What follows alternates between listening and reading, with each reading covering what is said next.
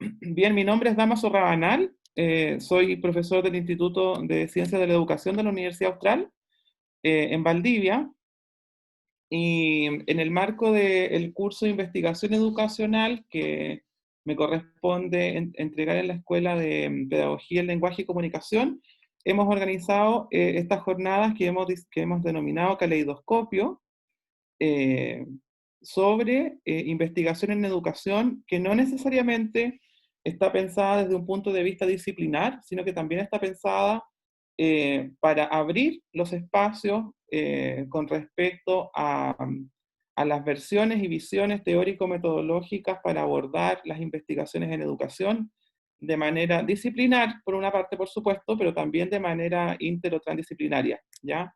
En este sentido, hemos invitado a 3 académicos y académicas de distintos lugares, los cuales no, o sea, son compañeros de ruta en ese sentido, para que pudiesen colaborar con nosotros y nos entreguen esta visión que ellos poseen con respecto a los estudios de educación desde sus distintas especialidades y cruces teórico-metodológicos que ellos realizan en cada una de sus áreas. La semana pasada nos acompañó el profesor Gerardo Muñoz del Instituto de Ciencia de la Educación, un colega, en una presentación muy interesante sobre diversidad cultural y contexto educacional. Ustedes pueden, si no tuvieron la posibilidad de estar presentes en la sesión anterior o en las siguientes, pueden buscar en el canal de YouTube del proyecto FID Universidad Austral, y están subidas las presentaciones que ya han ido sucediendo. Así que siéntanse totalmente invitados a revisar ese material, a ocuparlo, a darle un lugar si ustedes lo estiman conveniente, a contactar a esos investigadores y investigadoras, que son todos personas muy generosas con respecto a su saber. Así que desde ya un agradecimiento a todos y todas ellos y ellas por sumarse a esta aventura, ¿cierto? A la que me he atrevido a convocarles. Así que muchas gracias por eso. También quiero agradecerle, por supuesto, a la Facultad de Filosofía y Humanidades de la Universidad Austral, a, a mi instituto, al Instituto de Ciencias de la Educación, al Instituto de Lingüística y Literatura, donde está alojada la Escuela de Pedagogía, Lenguaje y Comunicación, eh, al proyecto FID, que es un proyecto sobre el fortalecimiento de la formación docente desde la universidad, y por supuesto a mis queridos y queridas estudiantes que están aquí presentes de distintos cursos, así que les agradezco su presencia. Esta actividad está hecha principalmente para ustedes con mucho cariño, para favorecer la amplitud de reflexiones en torno a la formación inicial de distintos ángulos. Así que, y ahora estamos con la escuela de pedagogía en un paralización y ellos responsablemente se han comprometido a participar de esta actividad. Así que les agradezco mucho que estén preocupados y siendo responsables de estos procesos que también son parte de su aprendizaje, ¿no? Que son no sé si, ni siquiera sé si es un complemento, pero al menos sí es una experiencia que tributa de manera integral a su formación. Eh, Dicho esto, quiero agradecerle especialmente a Natalia, que nos acompaña el día de hoy, a Natalia Alzate. Ella es profesora de la Universidad Católica Luis Amigó, que nos contará un poco más sobre su universidad, que según me comenta previamente, ¿cierto? Tiene también una tradición muy ligada a lo pedagógico, a lo educacional. Así que es interesante pensar y pensarnos también como Latinoamérica, y cómo transita, ¿cierto?, las mismas inquietudes que tenemos en este caso en el sur de Chile y que también hemos conversado y discutido que se van generando en espacios de otros países como Medellín. Así que, Natalia, muchas gracias por sumarte a esta actividad. Voy a hacer la parte de la presentación clásica, después hago la presentación amorosa. Natalia es licenciada en educación preescolar. Cuando yo la conocí me dijo, soy profesora de niños, y eso me pareció tremendamente significativo, ese lugar de enunciación. Es licenciada en educación preescolar y especialista en docencia e investigación universitaria de la Universidad Católica Luis Amigó. Desarrolló un magíster en estética en la Universidad Nacional de Colombia y es doctor en literatura de la Pontificia Universidad Católica de Chile. Sus líneas de investigación articulan la infancia, la estética y la literatura. Actualmente es investigador y docente de la Universidad Católica Luis Amigó de Medellín. Es líder del grupo de investigación Laboratorio Universitario de Estudios Sociales y coordina el eje Didáctica de las Lenguas en el doctorado en educación de esa misma universidad. Esa es la presentación curricular. Ahora, que es muy importante, por cierto, y la presentación amorosa, la de la comunidad. Natalia fue compañera mía, somos compañeros de generación de nuestros estudios de doctorado, y fuimos vecinos durante mucho tiempo, así que volver a... algo decía la presentadora de la actividad el día de ayer, uno vuelve a los lugares que les hicieron felices, así que yo estoy muy feliz de poder tenerte hoy con nosotros, que mis estudiantes tengan la posibilidad de compartir contigo, con tu sabiduría, pero también con tu mirada, compromiso y espíritu por la educación, que es compartido, por lo menos ahí, al menos conmigo, totalmente. Así que, Natalia, te agradezco montones que nos acompañes. Te vamos a escuchar durante los minutos que tú estimes conveniente y luego abriremos el espacio para las consultas, los comentarios, ¿cierto? Dentro de las personas que veo aquí a través de Zoom, hay colegas de la universidad, colegas de otras universidades, de la Católica de Valparaíso, ¿cierto? Estudiantes, seguramente también hay egresados y egresadas, así que por ahí veo a la colega Giovanna Giubini, así que siéntete muy bienvenida, acompañada y espero que sea una experiencia muy agradable para todos y para todas, y también le quiero agradecer a la profesora Claudia Rodríguez, que es la directora del Instituto de Lingüística y Literatura, que también haya hecho un espacio en su agenda para poder acompañarnos el día de hoy. Gracias, Claudia, por estar aquí en este apañe, ¿cierto?, a distancia. Así que, Nati, te escuchamos atentamente.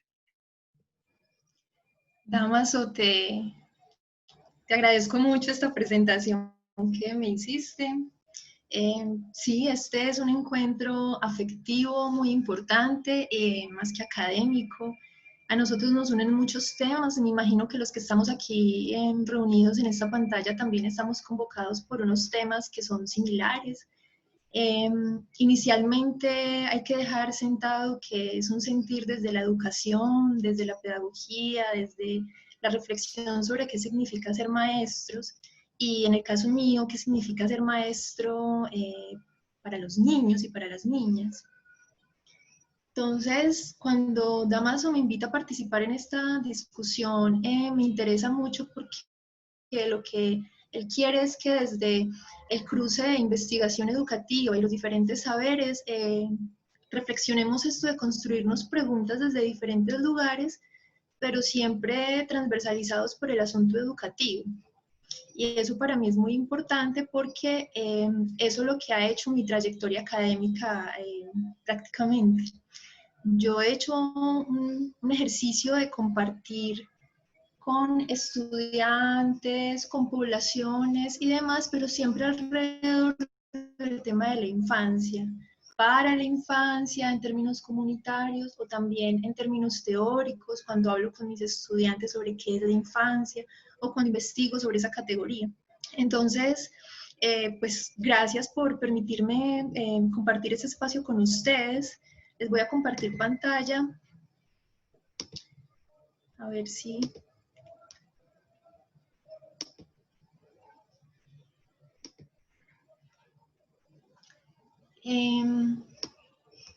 Con esto quiero iniciar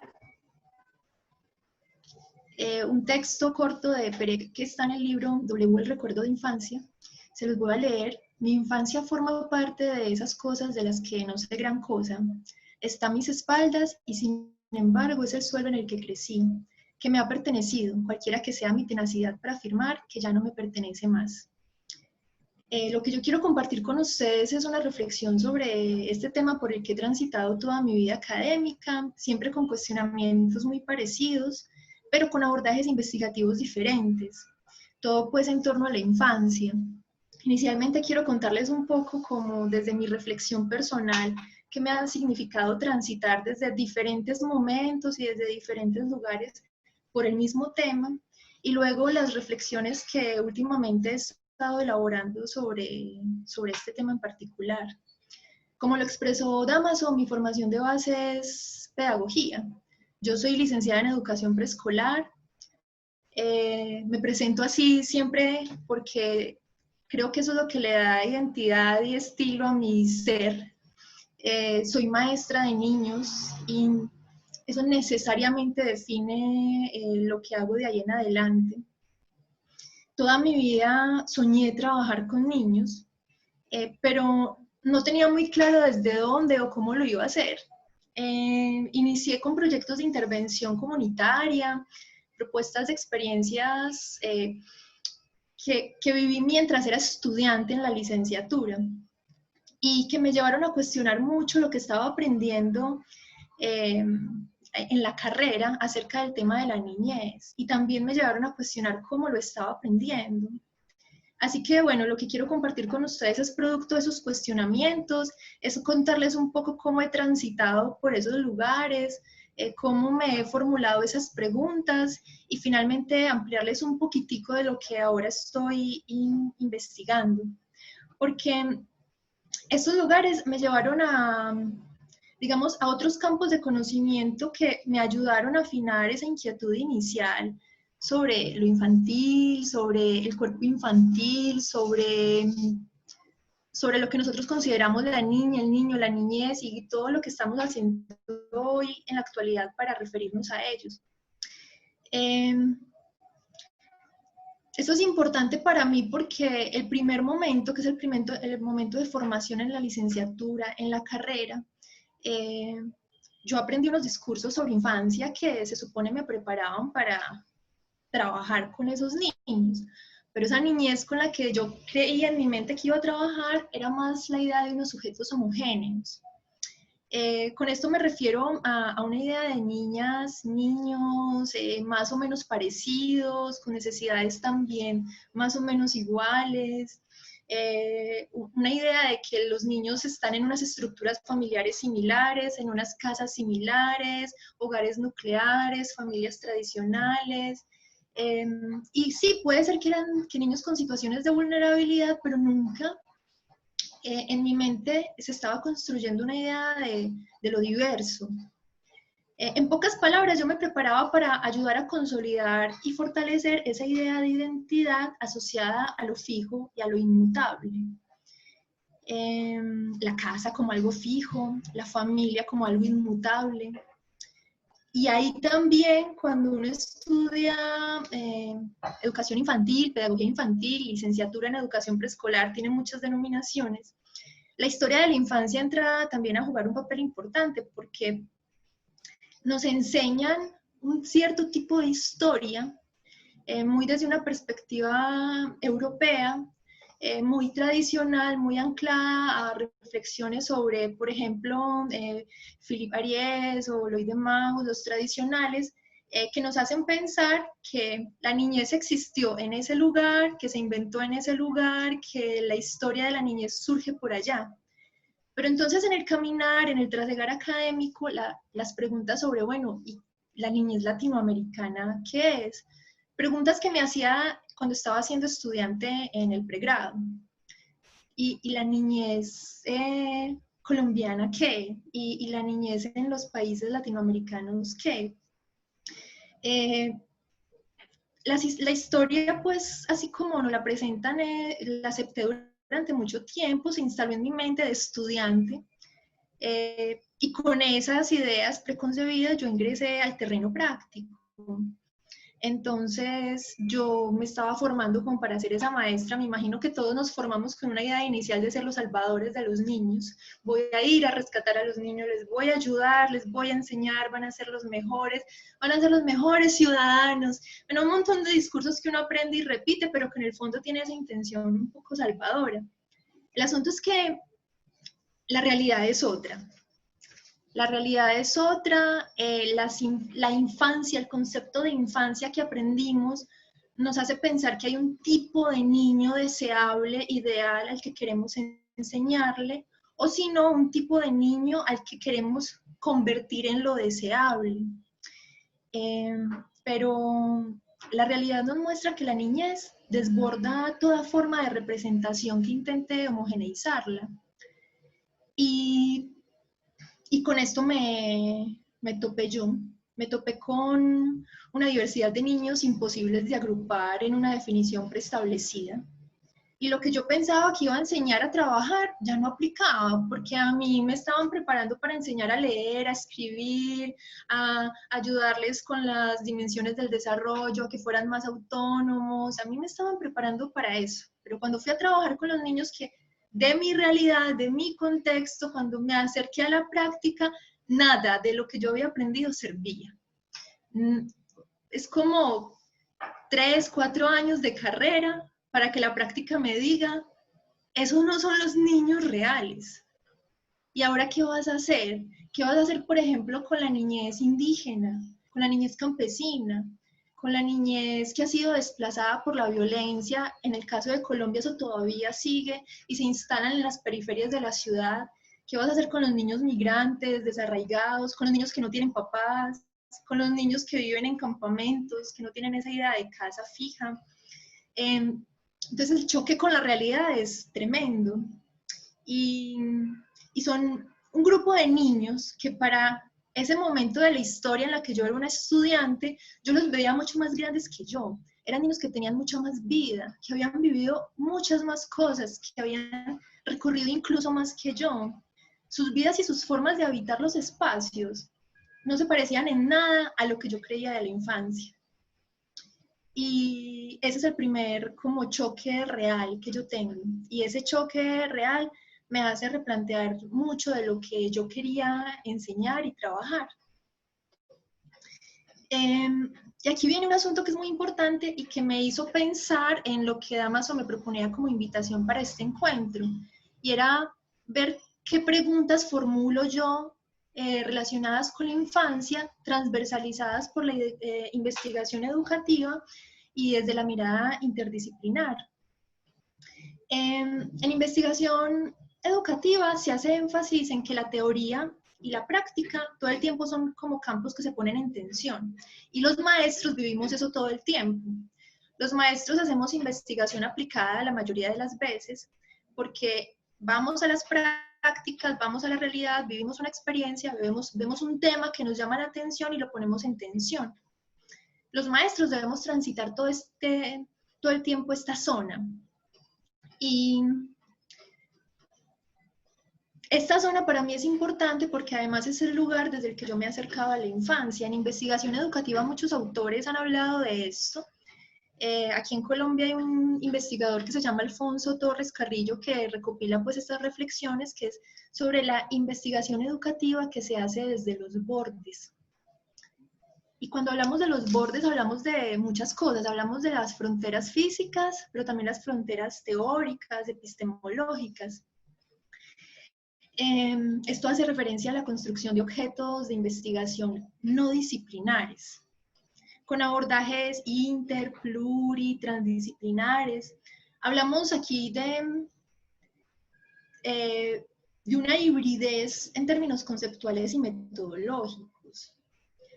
Y eso es importante porque nos permite estudiar los problemas que surgen en las prácticas sociales emergentes, que son prácticas que o han existido históricamente y nunca las habíamos visto o están sucediendo producto de las nuevas configuraciones sociales. Y hablo de estas prácticas porque son las que nos acercan a esos nuevos campos de conocimiento en los que se quiebran los paradigmas tradicionales. Por ejemplo, las prácticas derivadas de la pedagogía social, la educación comunitaria, las políticas culturales, la teoría derivada de las migraciones y el desplazamiento. En todas ellas hay un asunto muy interesante y es que se incorpora lo cultural. Y lo cultural en este tema es vital. Aquí se resignifica la idea de identidad y de subjetividad, porque lo cultural ya no es simplemente un sistema de símbolos que le dan identidad a un grupo, sino que se entiende como una producción de sentido móvil, abierto, en el que las subjetividades emergen. Entonces, si esto lo voy transversalizando con lo que yo estaba pensando de la infancia, pues yo me pensaba la infancia como un asunto de identidad, más no de subjetividades o narraciones subjetivas. Investigar desde los bordes nos permite valorar otras racionalidades. Hablamos de la sabiduría popular, hablamos de los conocimientos cotidianos, hablamos de la expresión estética, de los estudios de género. Son otras formas de producción de conocimiento que nos confirman que el saber sobre lo social no es patrimonio exclusivo de la razón científica. Entonces aparecen otros lenguajes. Y estos otros lenguajes y narrativas sociales se incorporan creativamente dentro de nuestras investigaciones. Esas investigaciones que logramos hacer desde los bordes. Ya no estamos en el centro como sujetos que cuestionamos, como que somos el centro del saber, sino que nos desplazamos y vemos desde los bordes lo que está pasando y vemos también quiénes están en los bordes. Otros lenguajes aquí pueden ser, por ejemplo, la literatura, el cine, la expresión plástica, el teatro, y ya no solo como medios de comunicación, sino como estrategias en la construcción misma del nuevo conocimiento social. Y hago referencia a todo esto porque el tema de las infancias, en tanto tópico de investigación, también debe ser atendido desde esta lógica. Nosotros hemos sido formados para trabajar con el niño ideal, que se obedece a un discurso homogéneo, pero los niños que nos desbordan son los que nos deben llevar y nos deben obligar a formular preguntas diferentes. Y de ahí que sea importante pensar en la infancia como comunidad de análisis. Pensemos que esta infancia, comunidad de análisis, no se estudiaba. Siempre existió asociada a categorías más amplias. Era la infancia dentro del núcleo familiar. Era la infancia dentro del sistema educativo. Pero no era la infancia en tanto tal. En los años 90 empieza a figurar como un objeto de estudio independiente. Y es interesante esto porque al ser independiente de otras estructuras sociales, nos centramos más en el protagonismo de los niños. Ahí aparece la sociología de la infancia, que todavía pues es un campo que está en construcción, es muy reciente, pero es un campo de estudio multidisciplinar muy interesante. Aporta la sociología, la antropología, la psicología, el trabajo social, bueno, infinidad de varias disciplinas aportan a eso. Y tiene como finalidad ubicar a las infancias en el centro de las reflexiones de las ciencias sociales. Y entonces esto nos ayuda a entenderla como una categoría social. La infancia como categoría social se puede estudiar más allá de la idea de desarrollo biológico. Y es necesario estudiarla desde todas las dimensiones del fenómeno social. Entonces, entender que la niñez es un objeto también de estudio al que se le puede analizar desde todas las dimensiones del fenómeno social, la convierte también en un objeto de estudio digno, la eleva, la visibiliza, permite que el discurso la piense como en términos discursivos y teóricos, pero también que la práctica entonces tenga cambios importantes. Es un campo en construcción esto de la sociología de la infancia, pero articula conceptos y métodos de cada área que permiten que la niñez se vaya convirtiendo en el centro. Y a mí esta perspectiva me ha servido mucho. Primero porque me ayudó a desaprender pues todo lo que creía que sabía sobre infancia en términos teóricos. Y segundo, me ayudó a ver que la puesta práctica, el trabajo pedagógico, el trabajo comunitario, el trabajo de intervención con los niños, se puede hacer desde muchas vías diferentes. Lo más probable es que todos nosotros hemos trabajado con las comunidades desde diferentes lugares, pero en infancia es muy difícil visibilizar esos otros lugares, en términos de infancia, pues. Entonces, yo recurro a esta reflexión que les he contado para contarles un poco lo que he transitado yo, los momentos que he transitado y cómo esos momentos me han ayudado a, primero, pulir, definir, ahondar, entender esa inquietud que tengo sobre el tema de la niñez. Y segundo, me ha ayudado también a nombrar discursivamente esos aspectos teóricos que les menciono. Yo he trabajado, y hoy como para contarles a ustedes esto, diseñé la presentación para mostrarles 4 momentos. 4 momentos por los que yo creo que he transitado y que me han ayudado a ir preguntándome sobre la infancia. 2 primeros momentos desde la intervención y otros 2 momentos desde la investigación. Ustedes saben que cuando hablamos de proyectos de intervención, hablamos de proyectos que son acotados a temas específicos en la comunidad. Hay un tema que solucionar, diseñamos un proyecto y vamos y lo aplicamos con la comunidad y atendemos la necesidad inmediata. Pero los proyectos de investigación lo que pretenden es ampliar el campo de conocimiento, ampliar las reflexiones teóricas y lograr profundizar en los problemas subyacentes de esas comunidades.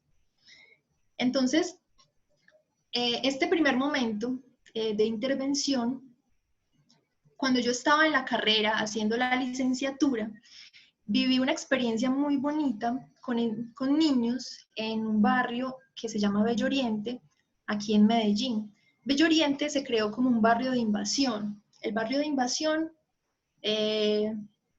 personas que venían desplazadas de diferentes partes, logran tener un asentamiento en un espacio cercano a la ciudad, pero todavía en esa época era rural, y construyen así allí casas, y se van apropiando del terreno hasta que finalmente, pues, el Estado y la alcaldía y demás les va como dando la condición y les va reconociendo el espacio. Entonces, allí había una alta población de niños, muchos niños que no eran de Medellín, muchos niños que venían de diferentes zonas de Colombia.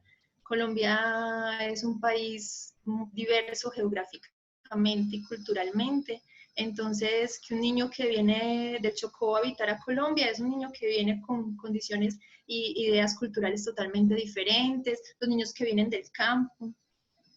Cuando los niños llegan a estos lugares nuevos, de alguna manera tienen que aprender a vivir en ese lugar, a hacerlo su territorio. Entonces, mi primera experiencia, y fue la que me hizo chocarme con la realidad, fue llegar a ese lugar y trabajar con ellos estrategias alternativas.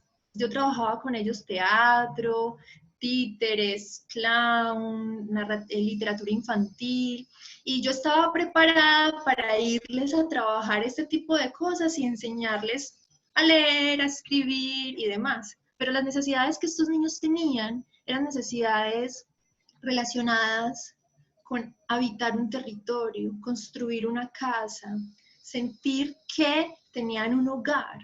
El desplazamiento les parecía despojado de cosas y ellos estaban buscando la manera de sentirse que pertenecían. Esta primera experiencia, como les digo, que hizo parte de mi ejercicio en el pregrado, era yo estudiante, fue muy importante. Hicimos una sistematización de experiencias. Entonces llegué allá con un grupo de personas, diseñábamos estrategias para que ellos se expresaran. pero mi cabeza todavía no estaba muy clara sobre qué era lo que a mí me incomodaba de lo que estaba haciendo, porque yo no sabía cómo referirme a estos niños, no estaban dentro del lenguaje discursivo que yo había construido. Hicimos un trabajo bonito, sí, lo hice antes, sí, pero se instala en mí una reflexión sobre estas infancias. Yo no las conocía, no las tenía en mi cabeza, estas infancias no existían en mi lenguaje. ¿Cómo es posible que si soy una maestra de niños, estas infancias no existan en mi lenguaje? ¿Y cómo es posible que yo esté diseñando estrategias para niños cuya subjetividad no es reconocida por mi discurso? Esas cosas fueron impactantes, generaron una crisis en ese momento de la historia. Luego, más adelante, en una organización muy bonita que se llama Cromática, aquí en Medellín, trabajamos con la misma población, en el mismo lugar, pero años después. Y también fue un proyecto de intervención. Este proyecto se llamaba Paisajes por la Vida. La vida vuelve y me lleva al mismo lugar. Se supone que yo ya había estudiado un poquito más, entonces ya conocía un poquito más discursivamente de estos niños, pero yo todavía no lograba entender qué era lo que en mí no cuadraba. Paisajes por la Vida llega como proyecto de intervención porque otra población, una gran población desplazada, llegó de nuevo a Bello Oriente. Y estas personas necesitan hacerse de un territorio, pero hacerse de un territorio no es solo desde lo geográfico, sino que también es desde el ser en general. Y estas personas vienen con una gran cantidad de niños. Entonces todos los psicosociales y los profesionales de otras áreas van y trabajan. Pero ¿qué hacemos con los niños? ¿Qué los ponemos a hacer? Entonces nos llaman para que ideemos algo. Y el proyecto se llamó Paisajes por la Vida. La imagen que ustedes ven de fondo es un ejercicio que hicimos con los niños en ese momento, porque ahí la idea era, bueno, ¿cómo ayudar a los niños a apropiarse de este nuevo territorio?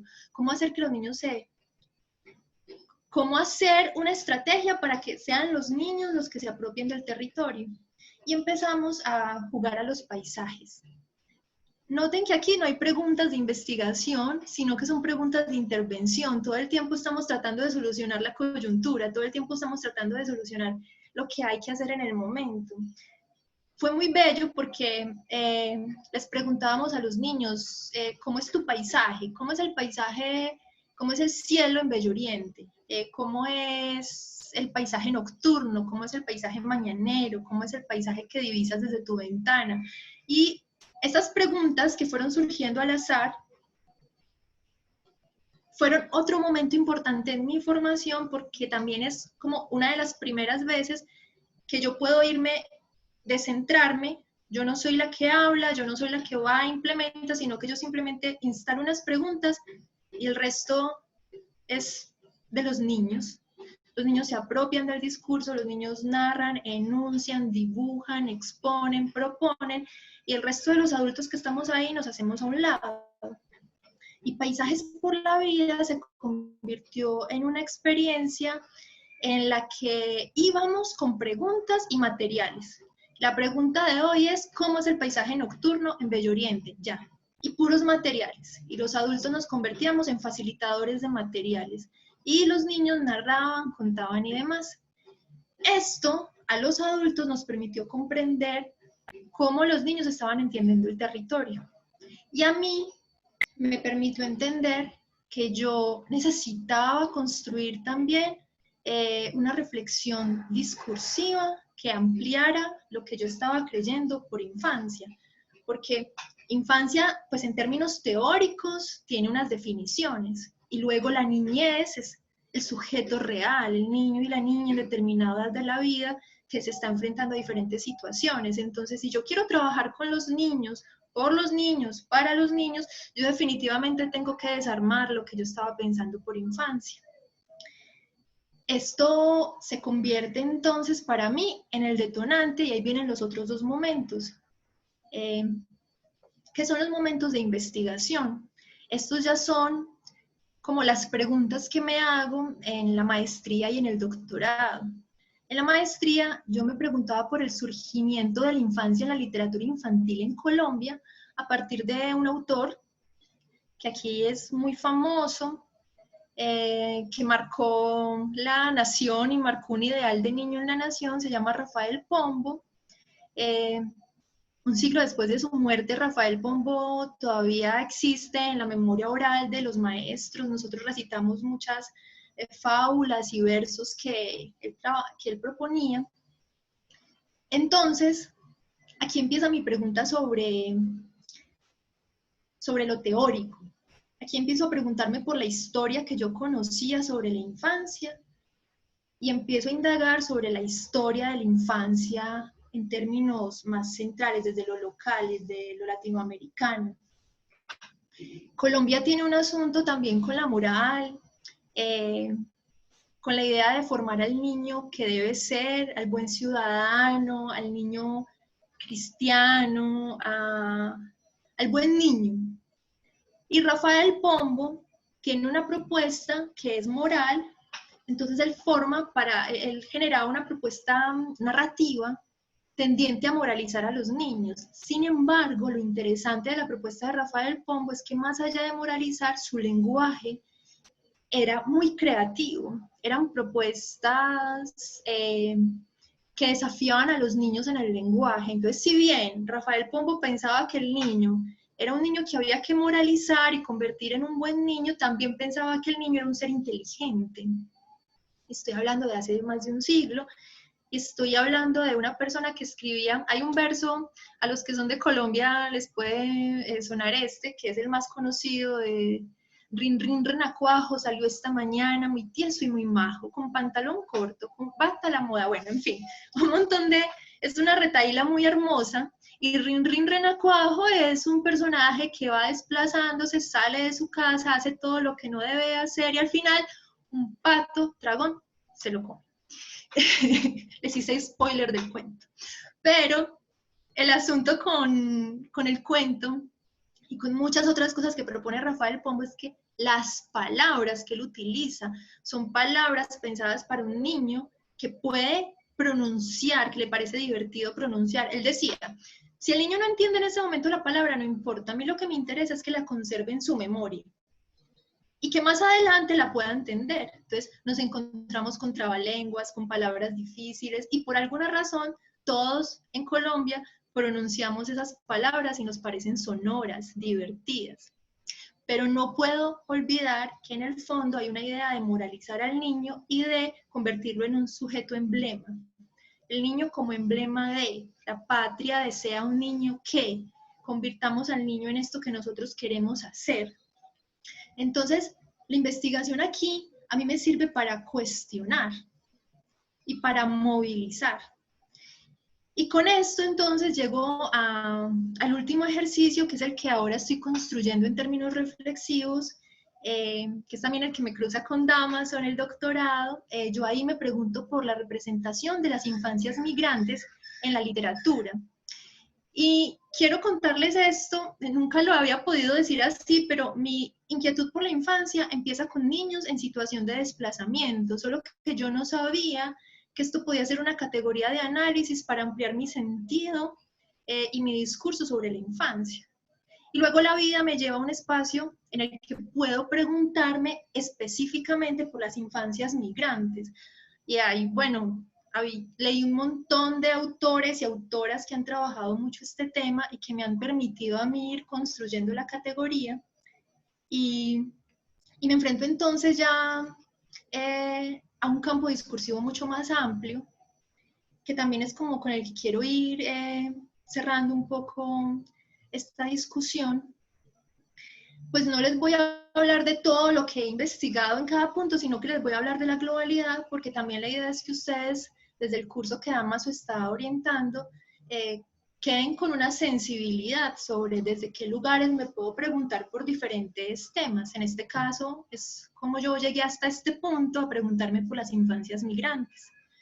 En el contexto de la investigación que yo desarrollé en el doctorado, yo hablaba de las infancias migrantes en la narrativa latinoamericana y estaba aquí hablando de la subjetividad infantil y entendiéndola como a partir de cuerpos que transitan de la niñez a la adolescencia, pero también a partir de personajes infantiles que son representados en la literatura. Y ahí empecé a construir esta idea de la infancia como un símbolo de fronteras físicas y psíquicas. Muchos autores han hablado sobre este tema, pero yo no lo había visto, ni lo había visto enfocado en la literatura infantil colombiana, por ejemplo. Yo no había visto esto de que la infancia representa esta frontera física y psíquica y que además es una infancia que se desplaza y que existe en un espacio narrativo. Yo no había pensado que en el plano educativo yo podía utilizar el formato libro para interrogar esto, ampliar el discurso sobre la infancia y finalmente impactar la labor pedagógica. Aquí yo me dediqué a rastrear relatos sobre territorios y trayectos de sujetos migrantes y investigué dos temas, el tema de las infancias desplazadas y el tema de las infancias exiliadas. El tema de las infancias desplazadas, hay muchas cosas. Yo ahí estuve indagando sobre las infancias que cruzan las fronteras territoriales, que es el caso, por ejemplo, de la migración centroamericana, mexicana hacia Estados Unidos, y también las infancias que cruzan fronteras dentro del territorio, que es el caso más cercano, el caso colombiano, caso de los niños y las niñas que han sido desplazados por la violencia y han tenido que emigrar del campo, de la selva, a la ciudad. Y en el caso de las infancias exiliadas, empecé a indagar la historia de la dictadura y la producción que han hecho ahí. Entonces, por un lado estaba investigando los libros producidos para niños que narraban estos temas, pero por otro lado también estaba investigando libros que autores que habían atravesado el exilio escribían utilizando la estrategia de un personaje infantil.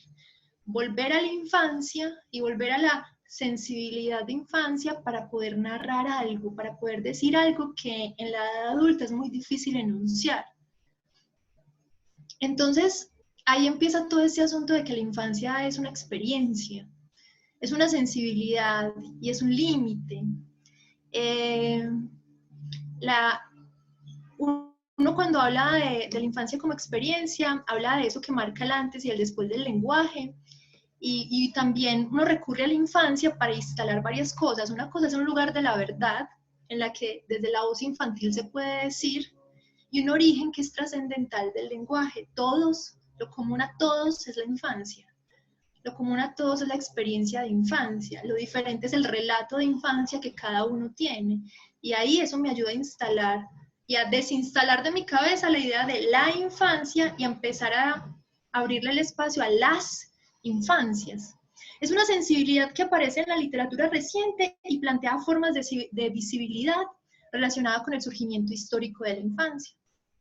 Entonces, pues yo inicialmente empecé a rastrear esto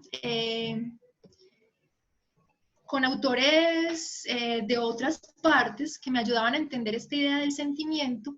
Luego empecé a investigarlo en Latinoamérica, con los historiadores latinoamericanos, con Patricia Castillo en Chile, con Susana Susensky en México, con Ana María Piedradita, se me olvidó el nombre, Piedradita, también aquí en Colombia, con, bueno, muchas, que han hecho una reflexión histórica sobre el concepto de infancia y me han permitido ampliar la idea de infancia como sensibilidad. También se amplía desde el sentido biopolítico, y entonces ya no es la infancia, sino las infancias, y ya hablamos, como les había dicho al inicio, cuando hablamos de las investigaciones educativas desde los bordes, de una sensibilidad cultural que expande los límites de la representación. Ahí Fernando Cabo tiene un libro muy bello sobre esto. Entonces, esto me permitió analizar los libros y entender que los libros, si bien se estudian en el campo de la literatura, en el campo de la pedagogía, transforman demasiado. Yo estudio literatura y hago un doctorado en literatura, pero luego vuelvo a mi espacio educativo con un discurso diferente. Y lo que hago con mis estudiantes de la licenciatura, cuando están viendo los cursos de literatura infantil, cuando están viendo los cursos teóricos de historia de la infancia, es mostrarles que el libro instala también unas propuestas estéticas, psicoanalíticas, conceptos culturales que necesariamente están reflejando la realidad. Alvarado y Guido dicen que la infancia es un constructo preedípico que luego es borrado por las elaboraciones adultas, pero también es un concepto cultural que emerge en un espacio móvil y fluido. Eso es muy importante. El niño y la niñez representa una zona de incertidumbres. Esta zona de incertidumbres es la investigación desde los bordes. Yo no puedo trabajar con una idea de niñez preestablecida, como era la que yo estaba aprendiendo hace muchos años. Entonces, para mí, investigar la idea de las infancias migrantes, pues yo aquí hice un trabajo muy amplio que me permitió investigar fenómenos de la migración del Triángulo Norte Centroamericano, que me permitió investigar el fenómeno de la migración por desplazamientos, que me permitió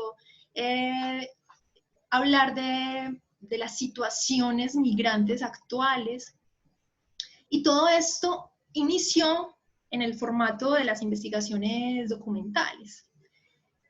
Cuando yo empecé a mirar estos niños representados en la literatura y el cine, empecé a ver que ese lugar fijo y esas etapas del desarrollo se superan, son paradigmas identitarios superados. Hay uno de los libros que yo analizo mucho, que es con el que inicié, la primera vez que yo dije, sí, quiero estudiar este tema, es porque me leí el librito de Montacerdos de Cromwell Jara. No sé si ustedes lo han leído, es un libro muy bello y duro, es hermoso y horroroso. Y cuenta la historia de un grupo familiar compuesto por una mamá y dos hijos que migran en Perú, de la Pampa de Amancaes hacia Lima. Son indígenas y el niño se llama Yococo. Y Yococo tiene, al inicio de la migración, él tiene una herida en la cabeza. Y es un niño que representa como la inconsciencia, como lo cercano a la animalidad. Pero hay otra niña, que es su hermana mayor, que es la que lo narra y cuenta las aventuras de desplazamientos del niño.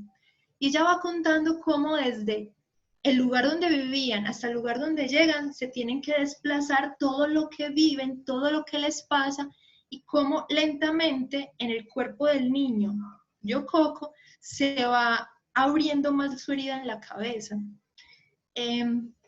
Cuando yo leo esto, entiendo que ahí se está hablando de una realidad que es contada estéticamente, de una realidad que tiene elementos ficcionales, pero que es una realidad. Que si hemos trabajado con niños en situación de desplazamiento, niños migrantes, refugiados, niños indígenas, niños campesinos, nos enfrentamos a esto, solo que la literatura lo cuenta, y cuando lo cuenta, convierte ese niño que nosotros hemos invisibilizado en un relato, y ese relato agrupa muchas voces. Entonces, cuando yo leí ese libro, pensé en muchas experiencias que había conocido de cerca y pensé en muchos relatos de infancia. Y también entonces descubrí, para mí, o sea, yo me imagino que mucha gente ya había descubierto eso, pero fue el punto en el que yo descubrí en mi formación que hasta este punto me había traído el trasegar y la búsqueda. Los niños migrantes aparecen en la literatura para muchas cosas. En este caso nos ayudan a decir sobre la infinitud de relatos que hay de niños reales. Son personajes que transitan simbólicamente por una época de la vida, pero también son personajes que transitan por zonas geográficas, son personajes que se están desplazando, existen y resisten. Y esa resistencia, esa negación a morir, desestabiliza las lógicas de poder y control. Son niños que, ya lo hemos visto en los noticieros y demás, es preferible dejar morir, pero por alguna razón viven y existen. Y a esos niños, pues ya como para ir terminando, porque creo que me estoy excediendo del tiempo, estos niños que yo he ido abordando en términos investigativos son los niños que me llevan también a plantear en mis cursos con mis estudiantes que la investigación educativa está en los bordes, que se formula, las preguntas que nos formulamos deben estar en los bordes y que no es una investigación disciplinar, es una investigación interdisciplinar, debe estar por fuera, debe estar en tensión, debe hacer frontería, como lo dice Trigo. Debemos estar todo el tiempo en un lado y en el otro. Y bueno, con esto quería terminar. Las preguntas de investigación en el campo educativo se formulan necesariamente desde los bordes. Muchas gracias, Damaso. Hasta ahí iría mi presentación inicial porque pues habrían muchas cosas que decir, pero habrían muchas cosas más que decir en campos teóricos y ya especificar como en las indagaciones teóricas dentro de las investigaciones, pero mi intención hoy era compartir con ustedes más bien mi propio desplazamiento en estas reflexiones. Ahí sí.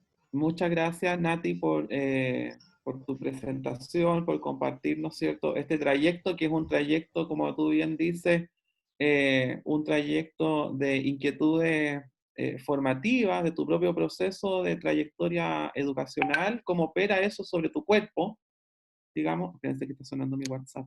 Esto pasa en los programas en vivo, un segundo. Ahí sí. Entonces, esta mezcla, ¿cierto? Esta forma en que se van articulando los procesos de formación de pre y posgrado, por ejemplo, ¿no? Y cómo esos mismos ejercicios de formación van contribuyendo a tensionar los lugares donde nosotros queremos habitar intelectualmente, por un lado, pero también donde queremos influir profesionalmente por el otro. ¿Ya? Eso es una situación bien interesante porque la pedagogía en el fondo es poner el cuerpo, ¿no? Lo dirían las feministas con total convencimiento. Pero la acción de pensar en que la pedagogía es un acto interventor, ¿cierto? También es una acción que nos desafía pues, de manera permanente, porque en el fondo, como tú bien dices, y yo creo que también es una pregunta que deben hacerse nuestros estudiantes, eh, las universidades pueden prefigurar, ¿cierto?, dentro de su plan de estudio, dentro de su perfil de egreso, una mirada, una forma especial, un sello que cada universidad le entrega a su formación, pero al momento de llegar al mundo laboral, a las primeras prácticas o a las primeras experiencias como desde el lugar del profesor y de la profesora, esos estudiantes no son precisamente los que están teorizados durante tanto tiempo en algunos casos dentro de los libros. Entonces, eh, me parece tremendamente interesante y con esto abro la palabra también a las personas que están como participantes de esta actividad. Me parece muy interesante para nuestros estudiantes y nuestras estudiantes, perdón, que, que ellos también puedan percibir, ¿cierto? Y aprender a que el proceso de formación nunca se termina, sino que es un proceso sobre el que uno regresa permanentemente y que también las universidades no necesariamente tienen que tributar de manera completa y compleja a eso, porque la universidad es un lugar donde se construye también con la iniciativa. Entonces, la universidad no es solo la clase, ¿no? Sino que también es todo lo otro que alimenta la experiencia educativa, de transitar por un proceso formativo. Entonces, es importante en ese sentido también la convicción y la responsabilidad que cada uno tiene de entender que va a ser profesor y profesora, y la importancia, el lugar político que eso tiene eh, posteriormente es fundamental, eso tiene que quedar muy claro. Entonces, eh, no podemos, eh, no podemos hacerlo mal en ese sentido, ¿no? Porque el impacto puede ser muy, muy, muy doloroso dentro de esos estudiantes, ¿cierto? Así como muchos, por ejemplo, estudiantes nuestros ingresan a las carreras de pedagogía porque tuvieron una experiencia exitosa con un profesor o una profesora, amorosa, ¿cierto? Cariñosa, afectiva, así, intensa. eh, también está el otro lugar, ¿no? Que son esos estudiantes que no quieren saber nada de la pedagogía porque sus propios profesores y profesoras no desarrollaron ninguna inquietud sobre ello, ¿sí? Lo que linda peligrosamente en la idea de la pedagogía como algo técnico, ¿no? Que es como pase este contenido y adiós, desarrolle este aprendizaje y adiós, y esa pedagogía sin alma vemos que no tributa precisamente a, a las experiencias educativas significativas de los estudiantes, ¿sí? Sobre todo para quienes van a ser profesores y profesoras mañana. Abro la palabra para quienes quieran comentar, hacer preguntas, consultas, están totalmente invitados a hacerlo. El Zoom tiene esa modalidad de que se puede levantar la manito y aparece señalado en el chat, o también pueden ustedes hacer un gesto ahí en su pantalla y comenzar en su intervención. No sé si alguien quiere comenzar. ¿Habrá alguna consulta por ahí? ¿O comentario? ¿O inquietud? Hay alguien que tiene la mano levantada. Valeria, perdón. Sí. Sí, yo tenía, o sea, bueno, primero que todo, muchas gracias al profe y gracias igual a Natalia por la presentación. Estaba bella, fue como provocadora además. Y mi pregunta iba como hacia la parte de la literatura, específicamente, ¿cómo se toman estos textos literarios y se bajan a la práctica? ¿Cómo lo hace usted, por ejemplo? Porque hay un trabajo de mediación ahí, entonces, ¿cómo pasa eso de tener estos textos o sea, como con una concepción de la infancia, de la migración y del exilio, y empezar a trabajarlos con niños? Porque igual es complejo, es un tema duro. Natalia. Gracias, Valeria, por tu pregunta. Tengo ya el micrófono activo, sí. Sí. No, esa pregunta es muy bonita porque, bueno, yo toda la vida fui, aquí se llama promotora de lectura. Entonces, toda la vida trabajé haciendo promoción de lectura infantil, de literatura infantil, y esto es todo el tiempo estar diseñando espacios para leer con niños, con niños y con adultos. Entonces, todo el tiempo mi trabajo fue hacer del libro como un dispositivo cultural y estético y acercárselo a las poblaciones y hacer actividades con ellos. En ese sentido, siempre el ejercicio tenía que ver con disponer el espacio para generar la lectura y luego poder trabajar alguna actividad, alguna expresión derivada de este tema. Sin embargo, cuando esto ya toca con temas específicos de migración y literatura, pues hay un trabajo muy bello de Teresa Colomer, que es sobre la literatura que acoge. Ellos tienen ahí una propuesta muy bella sobre cómo trabajar con las poblaciones migrantes a partir de los libros álbum que trabajan el tema de la migración. En los espacios universitarios, cuando los he trabajado con los estudiantes y con las estudiantes, lo primero que hemos hecho es investigar las categorías previas que vamos a ver, ¿cierto? Esto porque antes de trabajarlo con los niños tenemos que haberlo trabajado nosotros. Entonces ahí nos ha servido muchísimo este libro, La literatura que acoge, sobre la migración y sobre los libros álbum. Hacemos un ejercicio de construir el concepto, de entender el concepto y de visibilizar.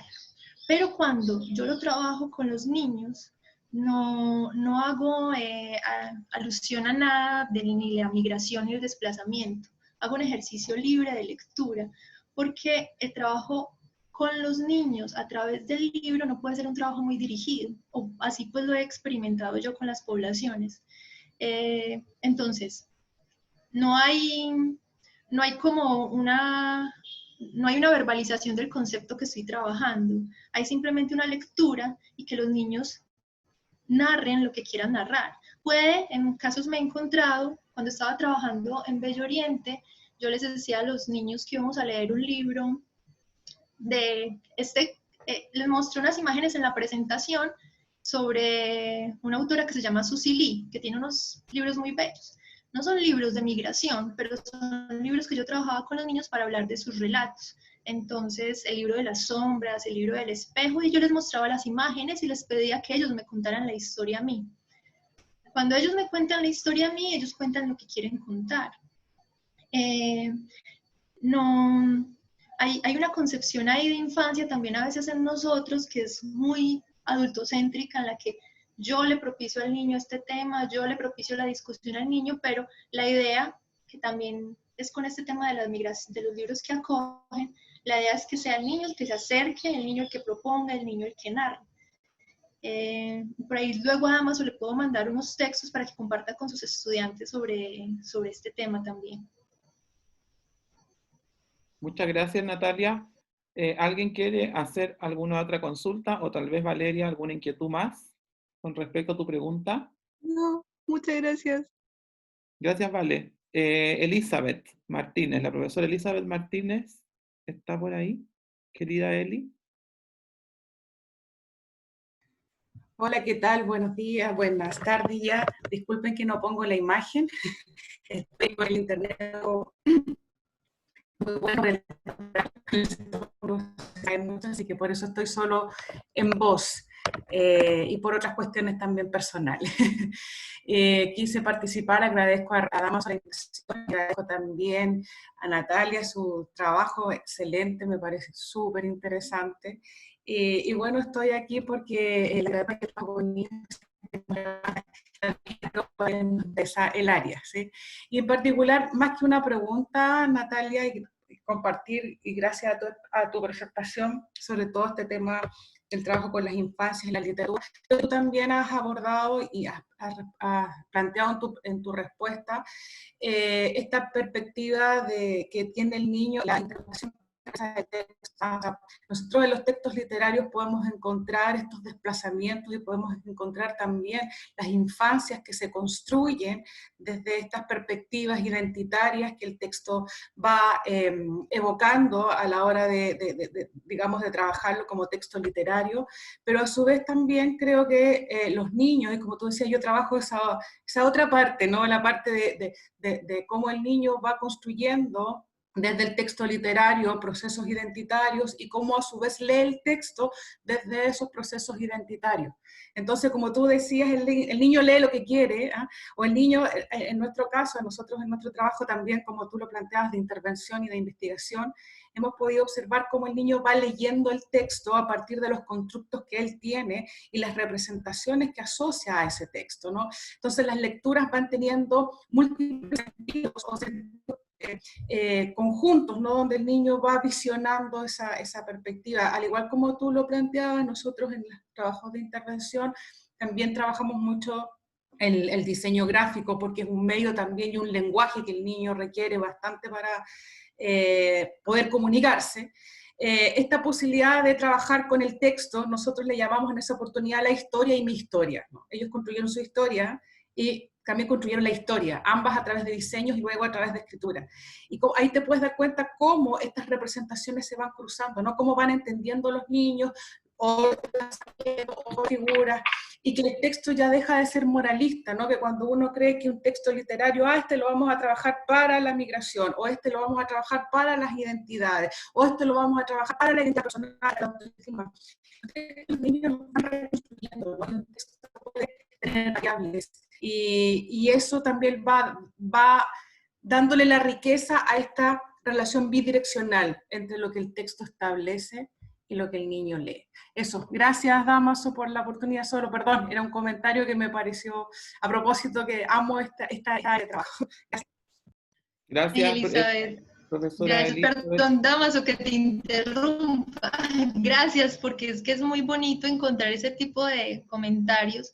Es como seguir retroalimentando la idea de que la literatura es mucho, mucho más de lo que podemos decir en palabras, que el libro es un objeto cultural que nos desborda también a nosotros y que lo que el niño hace con eso es inimaginable, y los miles de relatos que detona, y de ahí que un solo libro tenga infinidad de voces detrás. Entonces, muchas gracias, Elizabeth, por eso que compartes. Ahí en el chat hay algunos comentarios que luego podemos hacernos cargo de ellos. Marian dice, Alma y la isla, de Mónica Rodríguez, es un bello relato para abordar migraciones. También dice, ella trae la lluvia también. Ese será otro título, Marian. A ver si Marian nos puede comentar tal vez lo que escribió en el chat. La profesora María Lutzky. Hola, ¿qué tal? En realidad acabo de entrar, me acabo de enterar de este encuentro y quería participar para escucharlo, llegué un poco tarde.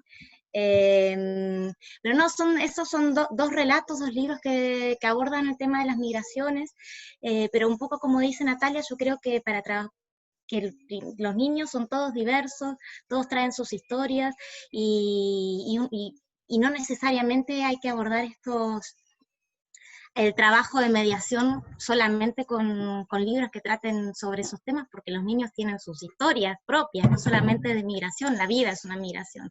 Entonces creo que primero hay que partir de esa base de trabajo, ¿no? Que con los niños por niños y no ser tan propositivos nosotros, sino de dejar espacios para que ellos propongan, y por eso es muy interesante también trabajar el tema de la escritura y de buscar distintas maneras de propiciar espacios de encuentro, ¿no? Entre los adultos y los niños.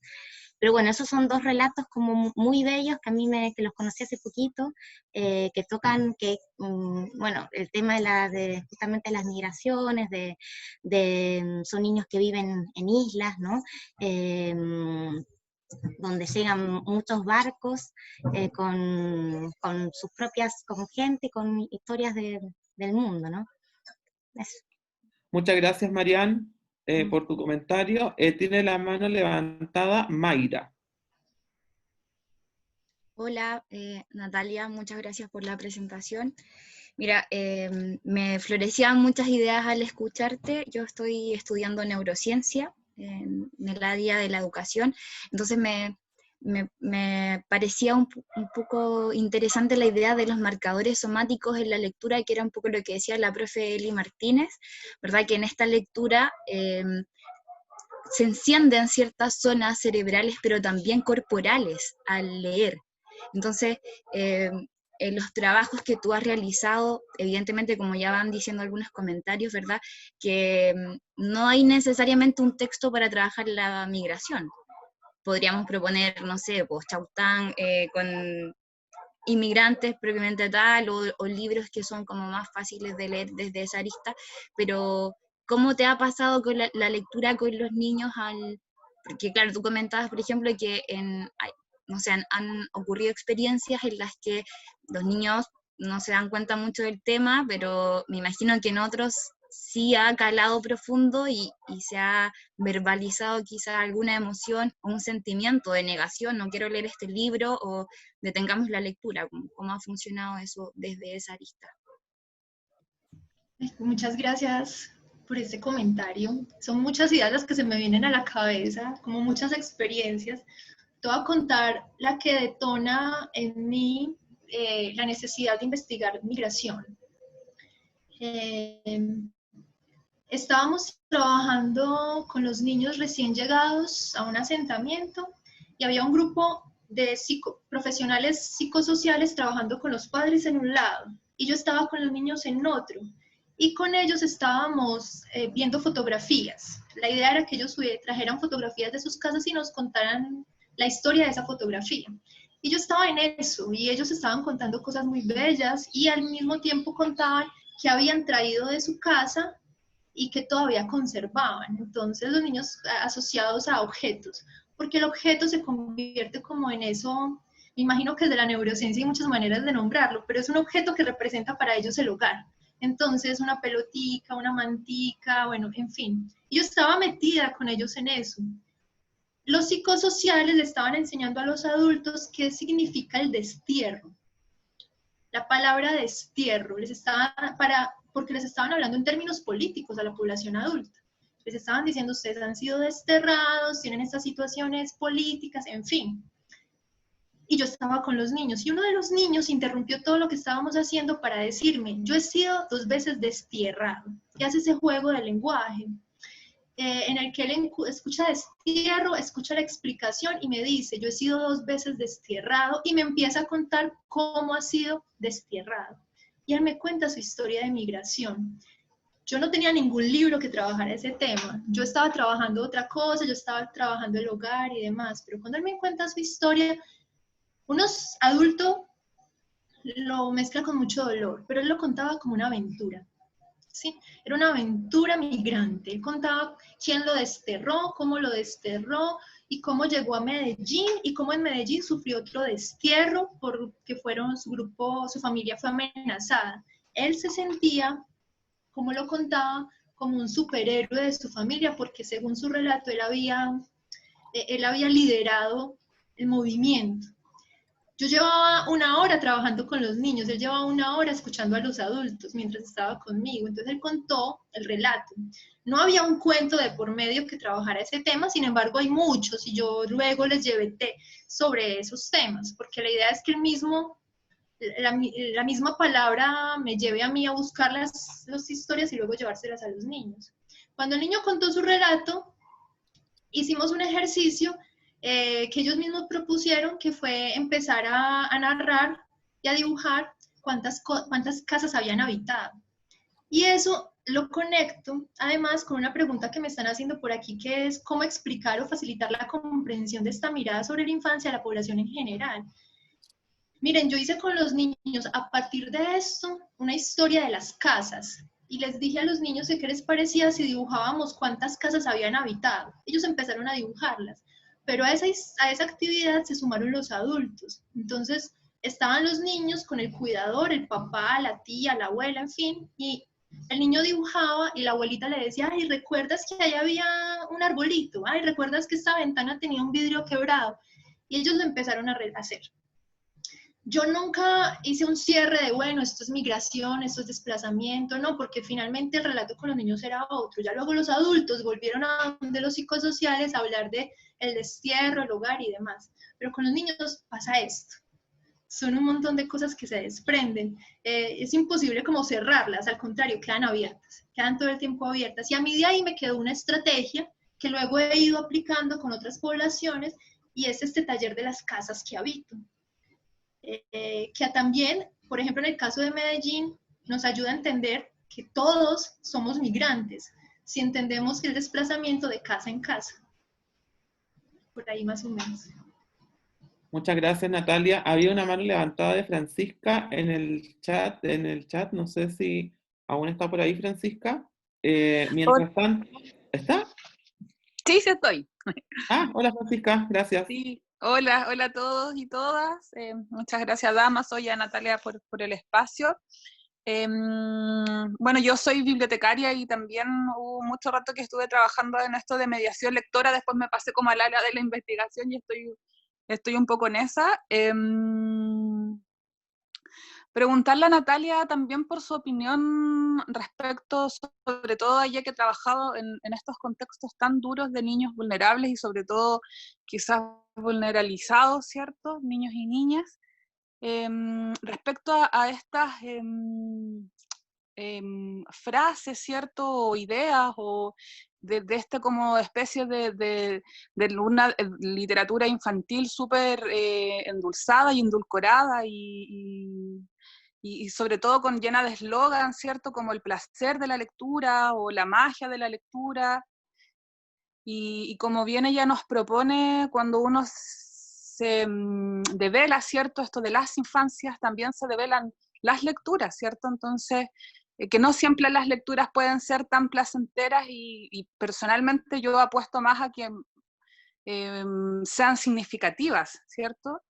Si es que ella nos puede contar un poco al respecto, cuál es su opinión de estos eslogans, ¿cierto? Que, insisto, suelen estar como bien asociados a la lectura y sobre todo al trabajo de niños y niñas y lectura. Sí, Francisca, ahí hay unas discusiones muy interesantes que se han dado durante mucho tiempo sobre la diferencia entre lectura, los libros infantiles o infantilizados y los libros pensados para un público lector niño. Entonces también tiene que ver con que nosotros durante mucho tiempo hemos tenido una categoría peyorativa sobre lo infantil.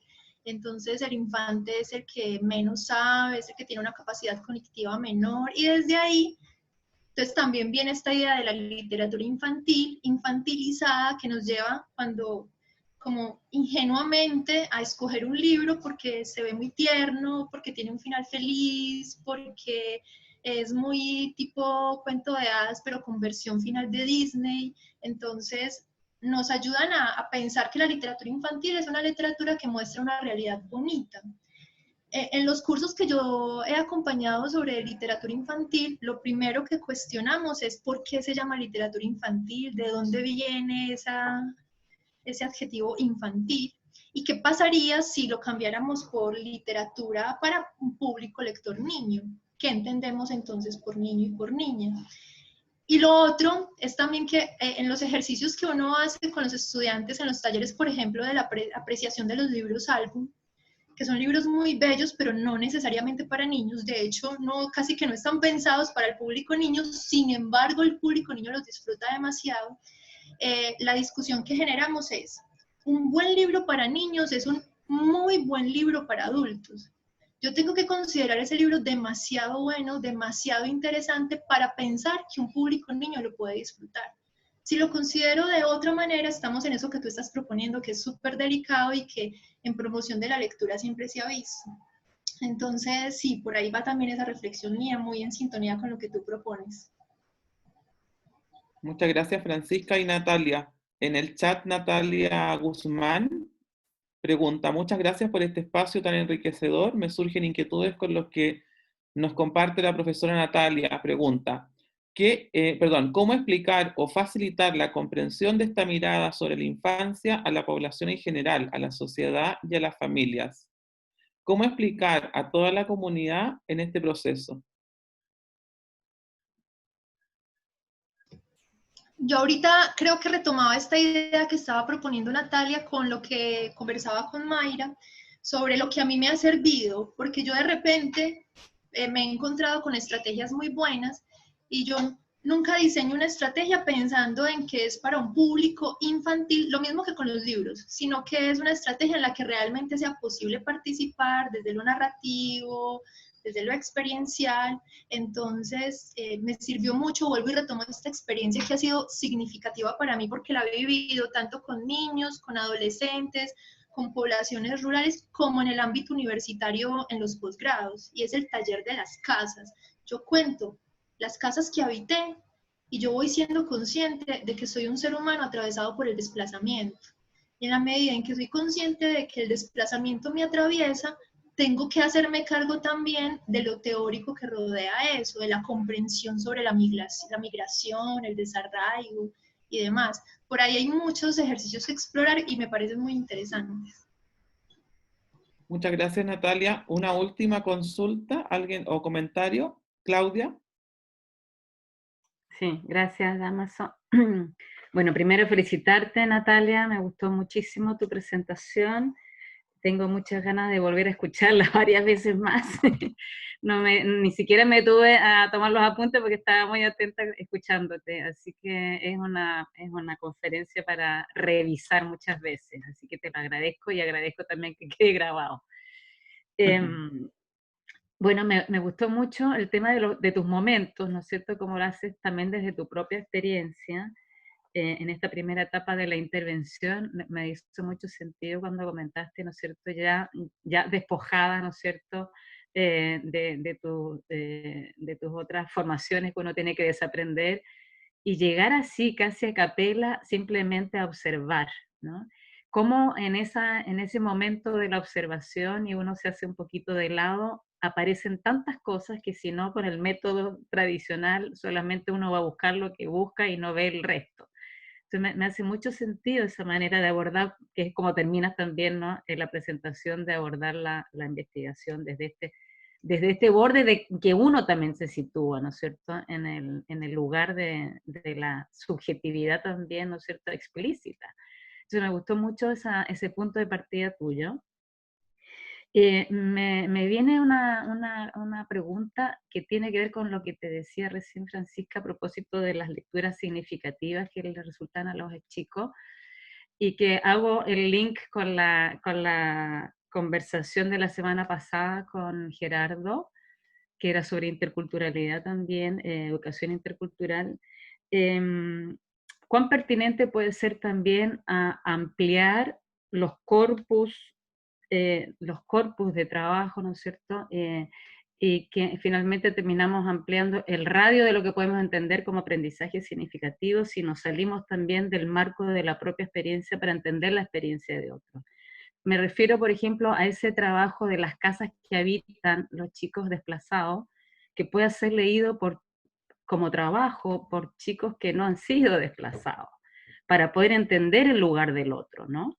Entonces, en ese ejercicio también de la plasticidad en que los chicos también se encuentran. Lo digo porque yo también algo he trabajado con niños, y yo trabajo en literaturas indígenas, he hecho el ejercicio de pasar textos para niños de una cultura a otra muy distinta, y los seduce mucho el acercamiento, digamos, a relatos escritos desde otra cultura. Entonces también es una manera de ampliar, ¿no es cierto?, ese radio de lo significativo. Entonces, como, bueno, un poco por ahí venía, ¿no? O sea, encuentro que el punto de partida obviamente es lo experiencial, y desde ahí trabajar, pero también compartir esa experiencia para que el otro entienda también lo que significa, el contexto, el entorno entienda, no solamente uno que lo ha vivido, lo que significa el exilio, los desplazamientos, las migraciones y las otras cuestiones sociales que también están asociadas, ¿no es cierto?, a mucha de la producción para niños, y que muy bien también lo ha trabajado el libro álbum, ¿no? Entonces, eso, ¿no? Esa posibilidad de ampliar estos radios. Eso, Natalia. Y muchas gracias por tu presentación.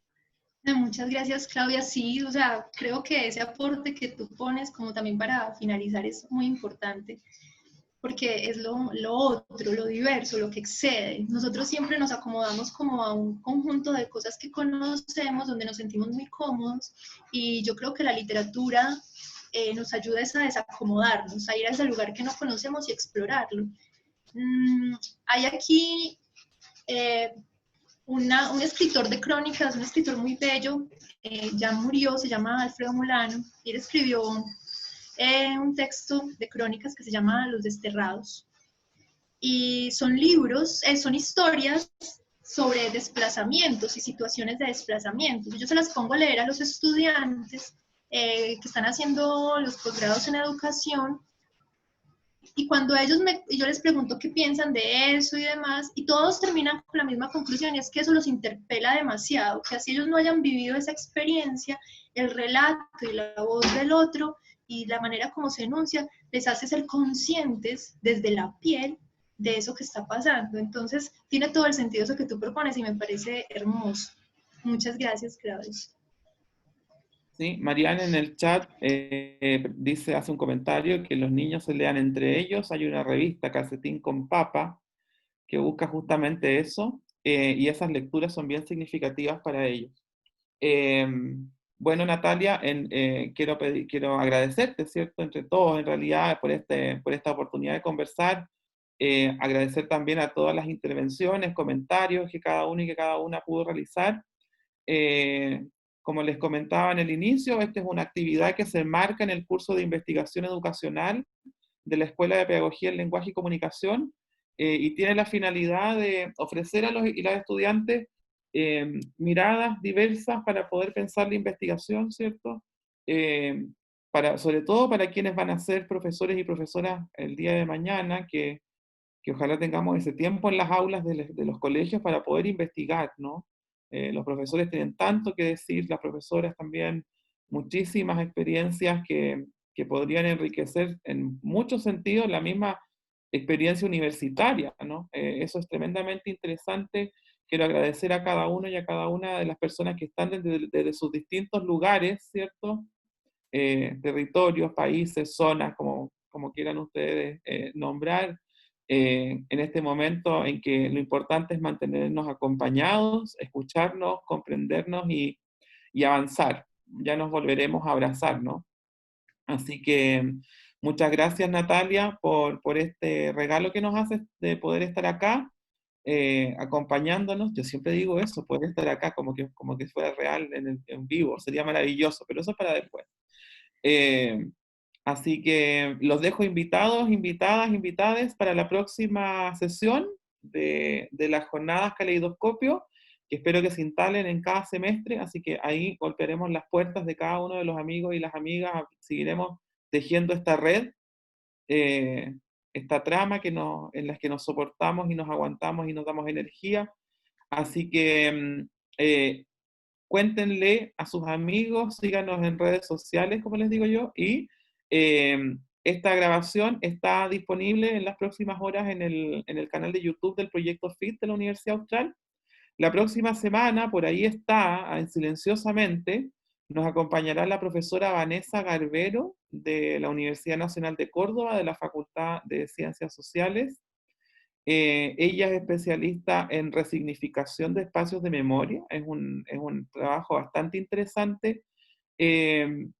Y también para nuestros estudiantes será muy importante porque tiene que ver también con cómo pensar aquellos ámbitos que nos parece que no tuvieran que ver con educación, ¿no? Que estén como tan lejos, como nos decía Natalia, y resulta que están más cerca de lo que creemos, ¿no? Por ejemplo, esos mismos lugares de memoria, que fueron centros de detención y de tortura, hoy son espacios educacionales, ¿no?